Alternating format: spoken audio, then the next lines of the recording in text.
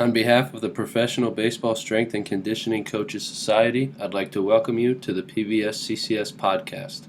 I'm your host, Chris Messina.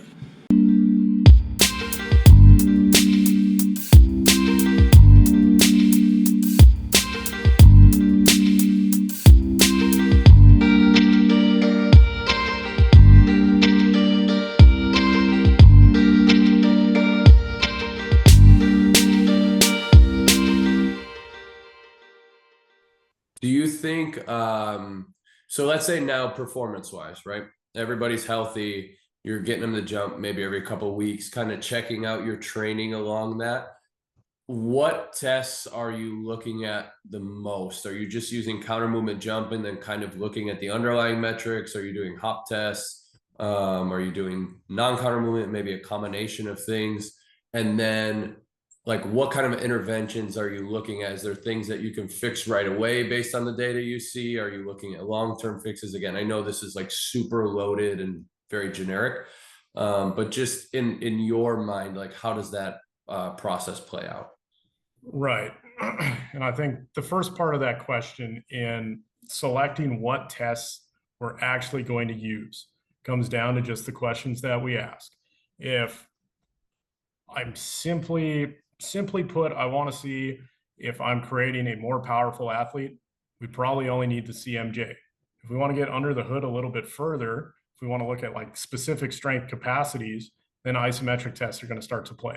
If we want to look at endurance or muscular and cardiovascular endurance, as well as kind of all the underlying metrics that go with it, that's where hop testing comes into play. If I'm looking at co-contraction, stiffness, propulsive forces, that's where the squat jump is really valuable. And I think that's where it comes down to the practitioner and the questions that he asks to determine what is it that I'm looking for and what do I expect to see with my interventions.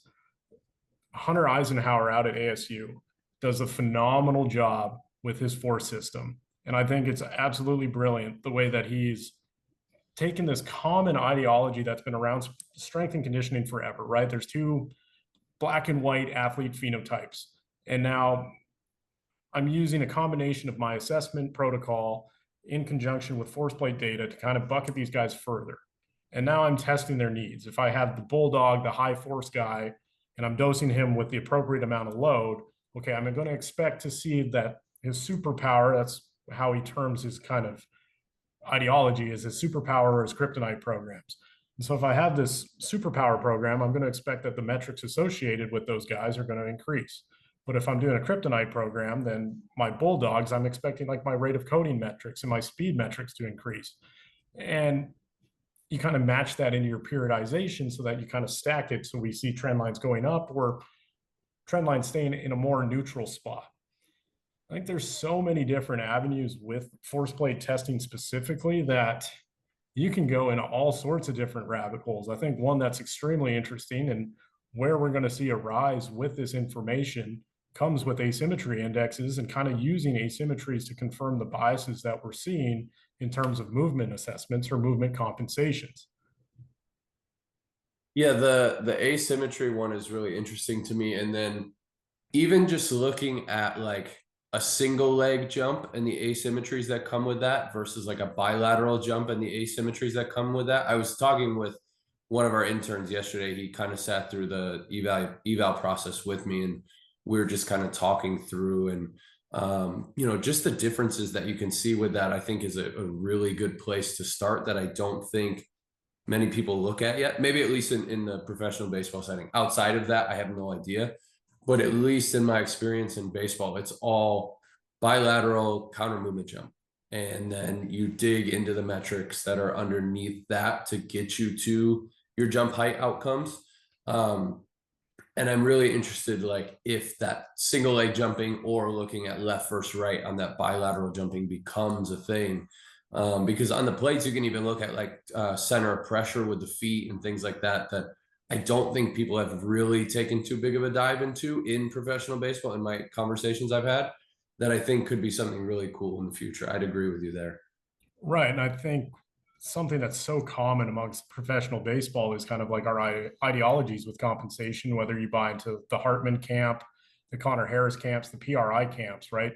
typically right-handed hitter, right-handed pitcher example, they typically have more IR on that right side. Well, that shows up with asymmetries in the plates, specifically in distinct phases throughout the jumps. So if we start to pay attention to the asymmetries, then we can also pay attention to our interventions with the correctives that we're giving these guys to make sure that what it is that we're doing is actually working. And Dr. Jordan, University of Calgary, he has this interesting concept of reestablishing interlimb variance. And commonality in baseball is we're all chasing some sort of neutrality. And in this interlimb variance, a neutral athlete free of compensation is going to present with undulations between the left and the right leg consistently over the tests. Every test trials, whether that's a difference between test to test or weekly testing, there should be variance back and forth. If we don't have that variance, then we can confidently say, okay, there's probably a compensation or there's a reason why we're shifted to one side versus the other.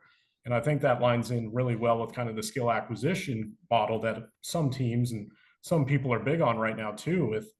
If we're trying to create a robust athlete, then we need to have as many degrees of freedom available within a safe bandwidth for us to move through. And so if we can take an athlete out of a compensation-based pattern that we're seeing not only in our screens, but on the plates, and find a way to reestablish like this inner limb variance, and we can safely say that we are giving the athlete more options to work with to accomplish the task of jumping. And I would fathom a guess that it goes beyond just jumping too. Like, I think ultimately that is kind of what the end goal of performance coaching or strength and conditioning or what we do as a whole is, right? It's like, you talk about robust athletes having more degrees of freedom to do things. Like, I think that the more options you have to like handle a task on the field, the better you're going to be at the sport. And if I only know how to use my backhand, I'm only ever going to use my backhand. But if a ball is hit to my left and I can't backhand it over there, I'm screwed. You know what I mean? Like, that's an overly simple, example, but like, we have to give them the ability to do many things within this bandwidth to be successful athletes. And sometimes that is addressing asymmetries they have. Now, sometimes they're really good because of their asymmetries, and that's a whole nother rabbit hole that we don't have to go down. But again, ultimately, like, if we see something that can have an intervention that creates a positive change for them, a positive adaptation, like, we should probably go for that. We should probably handle that for them. We should probably help them get through that so that they can be more successful on the field and probably reduce the risk of injury, which takes them off the field in the first place, right? Like, that's kind of the end goal for us. And again, there's a lot of ways to get there. There are a lot of coaches who have been really successful without the force plates. And that's not to say that like the coach's eye and the coach's skill does not matter. I don't think that's true at all. I think this just gives us another layer of certainty.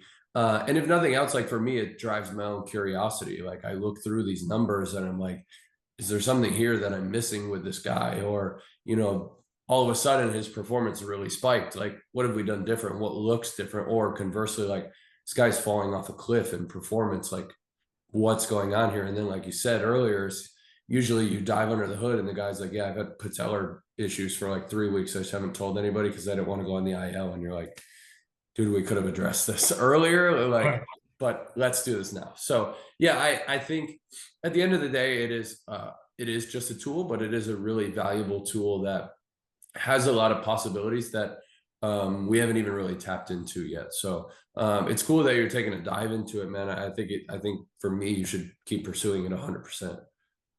Yeah, absolutely. It's something I'm definitely passionate about and have been passionate about for quite some time. Like you said, there's so many different inner rabbit holes that you can dive into within the force plate, specifically the amount of metrics that get produced from the plates. That's just a lot of noise. But I also think that you need to recognize why there are so many metrics. And that kind of helps you paint a clear picture. A way that I kind of like to describe this, and if you use the ACL as a kind of precursor example, there's a plateau phase in outcome-driven metrics 6 months post-surgery up to 2 years post-injury. So if I only understand jump height and I take this guy through a full ACL rehab, we get to kind of that mid-late stage, 6 months, and oh man, like jump height's plateaued. What's going on with that? I think about that in terms of if I have a coolant leak in my car and I get the error message on my dash, I flip the hood. Sure, I'm under the hood right now. Okay. There's no fluid in the coolant tank. I'll just put more fluid in the coolant tank. Okay, problem solved. I didn't actually go under the hood, look at the hose to see where the leak was. So it's important to kind of have like these blanket metrics that we look at, but we need to understand them a little bit further too. And I like the way that Hawken Dynamics kind of sets up their system when they're teaching their metrics, because they have their library broken into the different categories of what the metrics mean. And they have their, I think it's called ODS, and it stands for output, driver, and strategy. And so again, it just breaks this list of 1,000 different metrics into different categories that you can use to compile more information to paint clearer pictures when we're not getting the supposed outcomes that we think we would. You've mentioned a few places that you go for like to learn and to kind of stay on top of these things. You mentioned Hunter and Dr. Matt Jordan, and now obviously the Hawkins that you just brought up. Like, where else are you going to kind of learn this stuff? Or if I'm totally beginner, totally new to the plates, like where would you advise I go to learn and to kind of help me filter through all of this information that's coming in from the plates? Right. And off of that, before I kind of get into the nitty-gritty resources, I think the easiest way to kind of drift away from the noise when you're understanding the force plate metrics is to just simply understand and learn what the force time curve is at the start, right? That's kind of that graph that gets printed out in live time while you're doing the testing. Vol does a really nice job of calling that raw data. And if you simplify what the force time curve actually is, it's the displacement of center of gravity over time. And you can track that in live time. You can use that to kind of start to figure out specific time points within the jump. And then you also trick that we get from the force plates is derived from that. It's derived from the displacement of center of gravity over time. And they're all mathematically related, whether it's proportionally related or inversely related. That kind of helps tie the pieces together with the metrics into a better way to understand them. Now, off of that, understanding the force time curve, I think for me, the best resource, spending time with jumps for sure, but off of that, Take Off by Daniel Bove is a phenomenal book. Any of Matt Jordan's courses are awesome. Any of Hunter Eisenhower's content that he puts out. Force by Dan Clethers is another book that kind of just intros the physics behind the force plates without having to worry about going back to school and taking physics 101 once again. Yeah, there's a lot of resources out there. But I think the ones you're mentioning here are definitely spot on. Hunter has become a friend of mine. And so just to be able to have somebody like that in your corner to just bounce ideas off of that can help filter for you. I think for me, that's always been something really valuable in my career, is that I've just had good people in my corner that if something pops up in my head, they are not hesitant to tell me if it's stupid or if it's brilliant. And being able to have people that kind of can give you an honest feedback on things is also really valuable, right? Like you can read all of these things, you can practice with the plates, but you may be practicing the wrong thing, or you may be wasting time. You have no idea. So if you have somebody that you can go to, whether it be a mentor or a friend or just somebody that you have a really good mutual relationship through social media, which is very common nowadays, like somebody that can just help you filter your own thoughts and kind of put you on a more direct path to the answer, I think is also really valuable. And so having people like that, and honestly, after listening to this, I bet there's people that reach out to you with like questions about these things. You're definitely well read on it. And it seems like it's something that, like I said earlier, is just a passion for you that in 3 to 5 years from now, I would be so curious to see how far you take this and how deep down the rabbit hole you go, and like the things that you discover for yourself and potentially for others, if you're willing to share those. If there's anything else that we may have missed, any advice, any valuable insights, anything that you learned the hard way, I'd like to just kind of close this part of the conversation with that, if there's just anything we missed. I don't think we missed anything. I think we're able to have a pretty good conversation on just some of the basics without getting too far into the weeds, which always helps. I know one of the biggest problems I have is when I get pulled into the weeds, is trying not to pull others down there with me. I think things to be cautious of with the plates is that Dunning-Kruger effect. There's going to be times where you think you have it all figured out, and then you're going to hit that wave, and it's that you don't even know how these guys are supposed to jump, and then you just ride it back up again. And when you get into situations like that and you get lost in the noise, just simplify. Just go back to the basics and just try and repeat your process and trust your instinct. Trust what has gotten you that far. Slow things down. Dude, I can speak from my own experience. Like, we were using plates with Boston. I had a pretty good idea of what I was looking at, pretty good idea of like interventions that I could use based on the data I'm collecting. And then somebody is like, have you looked at counter movement depth yet? And like jump strategy. And I was like, oh no, like this is a whole nother world to look into here. And I'm like, wait a second. And then I'm like, I have been wasting my time. And it wasn't a waste of time, right? Like, we're all just like learning and expanding our knowledge. And then we realize we don't know anything. And then we find something else out. But at the time I was just like, man, imagine if I had this information in my pocket from the jump, right? And the lesson there is like, nobody has all the answers and nobody knows all of the information. And honestly, you just learn from experimenting or from stealing from others.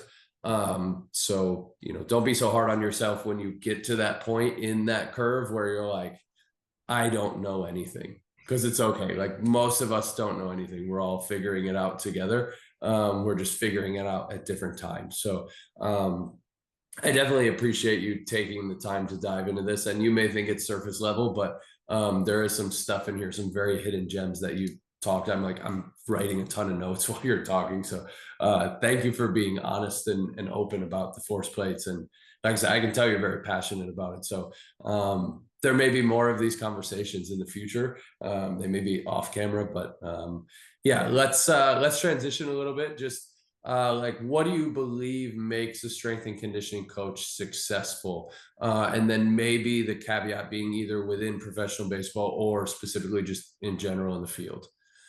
Right. I think that question and my answer to that question has shifted so much over time, especially this is my 4th year in professional baseball. You asked me, I think you actually probably did ask me that question after my first year.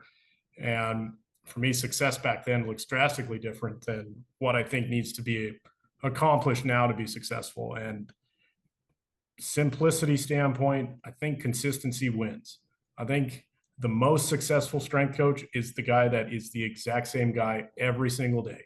His house could be burning down with his dog running away, and he's still on the floor with a smile on his face because he knows what's important to him. And he's always going to do his best to make sure he's in a good spot to keep the athlete's best interest in mind at all times. I would agree with you. I think my goal from the jump from this has always been to be the most consistent version of myself every day.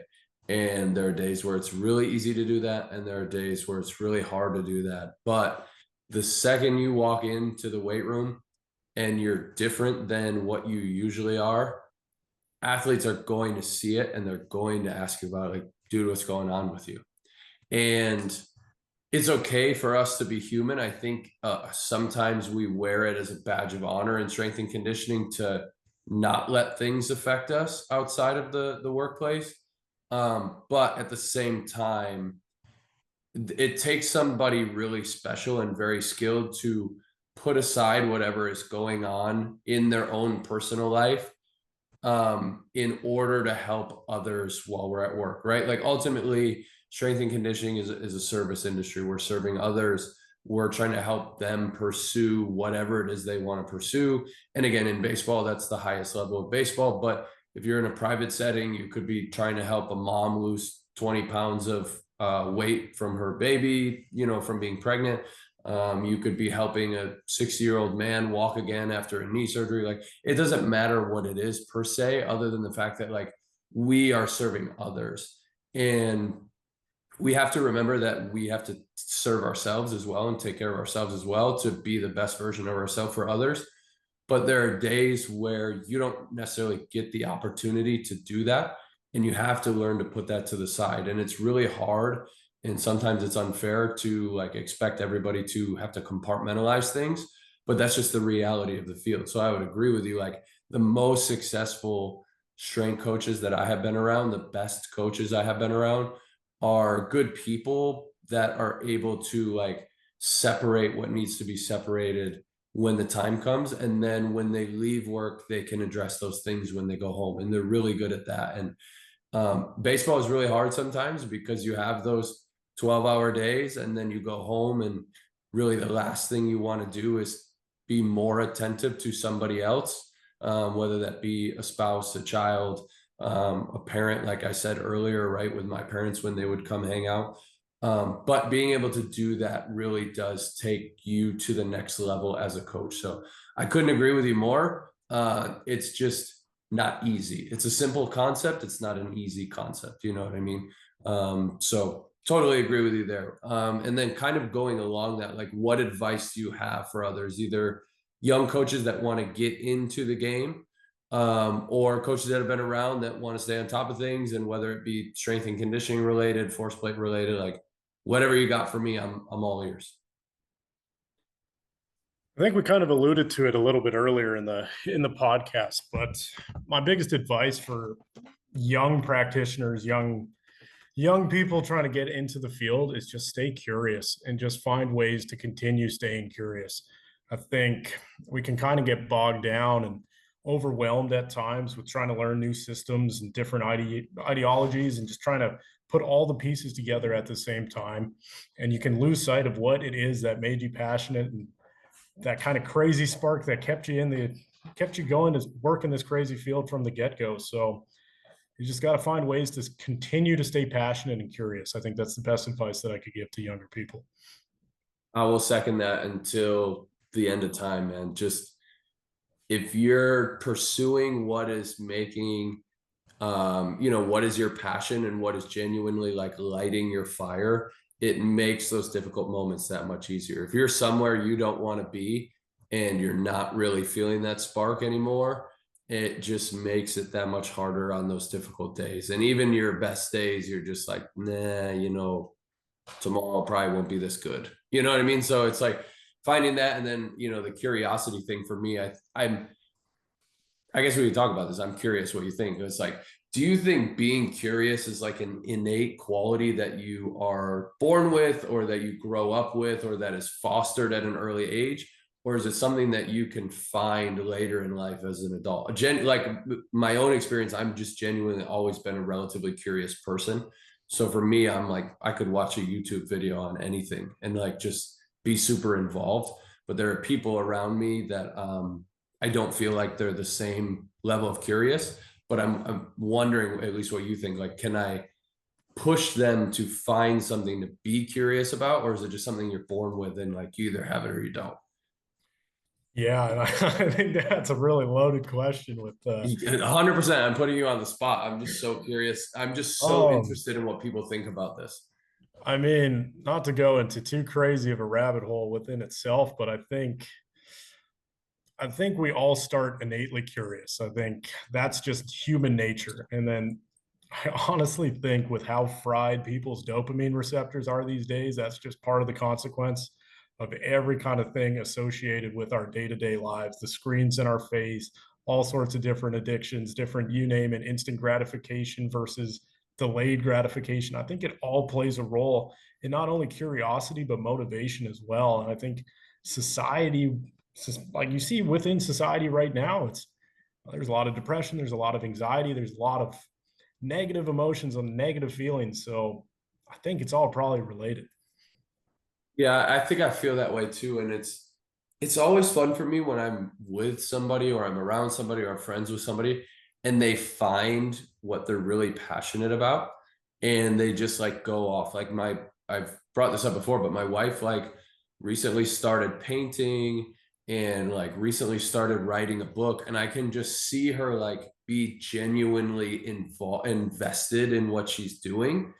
And I'm like, this is how I have always felt about strength and conditioning and helping others through training. And now that you're finding this thing that lights your fire, like just pursue it. Don't worry about if you make money on it or not. Don't worry about like how many hours of your life it takes, or if you stay up late doing it, or you wake up early to do it on a Saturday. Like just pursue it and see what happens. And it's been really awesome to just watch her. And, she's like, well, I wouldn't choose your field to be passionate and curious about because the days are ridiculous and the travel's ridiculous. I'm like, listen, I don't necessarily get to pick this. It just kind of picked me. But regardless, like it's really exciting for me. And I think a lot of it is the root of like tapping into your younger self, your child self, right? Like you said, when we're all kids, like we're all curious. Sometimes it's good, sometimes bad, right? Like you see the burner on the stove and you're like, I wonder how hot that really is. And you touch it, you learn negatively from your curiosity, but there's a lot of things you learn from being curious in general. And I think if more people tapped into that younger self of theirs, they would be so much happier. They would be so much more at peace with who they are. They wouldn't be in this rush to try to like compare themselves to other people. Like they would just let their own genuine curiosity and passion kind of just like push them through life to things. And I think it would open up more doors for people to like actually do things that they like, especially nowadays. Like when I was a kid, it might have been far-fetched to like pursue a career in like art or music or something like that. But now with like the technological advances, you can do literally anything and make a living off of it. So if you find something that makes you really happy and like you continue to dive down these rabbit holes, not just because somebody tells you to, but because you're just genuinely curious, I think it would make people's lives so much better. Yeah, 100%. 100% agree with that. That might have to be another episode. So how about continuing education resources? You mentioned some books already, but are there other books that you'd recommend, seminars to attend, podcasts you're listening to, just like where are you going when you're down these rabbit holes? Yeah, kind of alluded to the big ones. I can't recommend Takeoff by Daniel Bove enough. That was an absolutely fundamental read for me as I started digging into specifically the force plates. Both of the force and I think the other one is Sprint by Daniel Cleather were both great kind of physics reintroductions. I'm digging on the biomechanics of jumping by Joel Smith right now. I think that's pretty decent read as well. And I think Joel does some pretty good work with Just Fly Sports. Speed Strength by him was a phenomenal read when I was going down the sprinting mechanic kind of rabbit hole. In terms of courses, there are so much out there. Like I kind of mentioned earlier, anything from Dr. Matt Jordan is going to play. A big fan of his. There's a company called Sportsmith. They put on some pretty cool conferences too, specific to return to play. And then honestly, like you were mentioning with kind of the rise in social media, there's so many different avenues too. There's Joel Clubb, who she writes some phenomenal stuff on YouTube about sports science that's just interesting to learn about because it's a different field and it's not always X's and O's that are associated with strength and conditioning. Right on, man. Yeah, I think you're really kind of nailing it on all the big hitters, especially for the specific topic that we're talking about today. So we've been at it for a while, and I think we could probably go for a lot longer, but I don't want to take too much of your free time. I have a lightning round for us, and then I promise I'll get you out of here. You cool with that? Absolutely. Okay, long or short of answers as you choose, whatever is fine. First question, who is your biggest influence in the field of strength and conditioning? Biggest influence. Oh man, there's so many people that I could name here. In terms of my own kind of identity and philosophy, though, being connected with Dr. Matt Jordan through the Arizona Diamondbacks was an absolute game changer for me. So I think I'll probably have to stick with him on that one. If you only had one piece of equipment to train with, what would it be? I would go with the open face trap bar. Biggest accomplishment professionally and or personally? Oh, Professionally, it was probably, I always kind of had this goal as I was going through the affiliates of wanting to be in a coordinator position by the time that I was 30. So definitely being in this coordinator role with the Mariners. Any career other than strength and conditioning, what would you choose? I'd probably be a sports scientist. Okay, that's borderline. That's kind of cutting it on the edge there, but I'll allow it. All right, buddy. It's been really good to catch up. I'm looking forward to seeing you more outside of this setting as well. But if the listeners want to get in touch with you, want to learn more from you, want to talk force plates with you, where should we go? Is social media the best place, or is there a better spot? Probably the best place would be LinkedIn. I'm not too active on social media, but yeah, you can just look up Nate Kolb on LinkedIn. You should be able to find me. Awesome. Good luck the rest of the way with the season, and we'll be talking again soon, buddy. Yeah, you got it. Thanks, Chris. I appreciate it. All right, everybody, that's going to conclude part 2 of this 2-part interview with Nate. I hope you were able to enjoy both parts. I think we did a really good job diving pretty deep into the force plates, not only for performance, but for rehab as well, for monitoring. We talked metrics, we talked testing. So I'm really thankful and appreciative of Nate for taking the time to give us all the information that he did about force plates. 3 things that I took from Nate in this episode.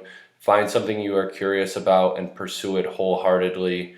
Don't be afraid to ask others for insights on things that you are new to, and being consistent with who you are will help you to be a successful coach. With that being said, I hope you enjoyed this episode, and we'll talk to you again on the next one.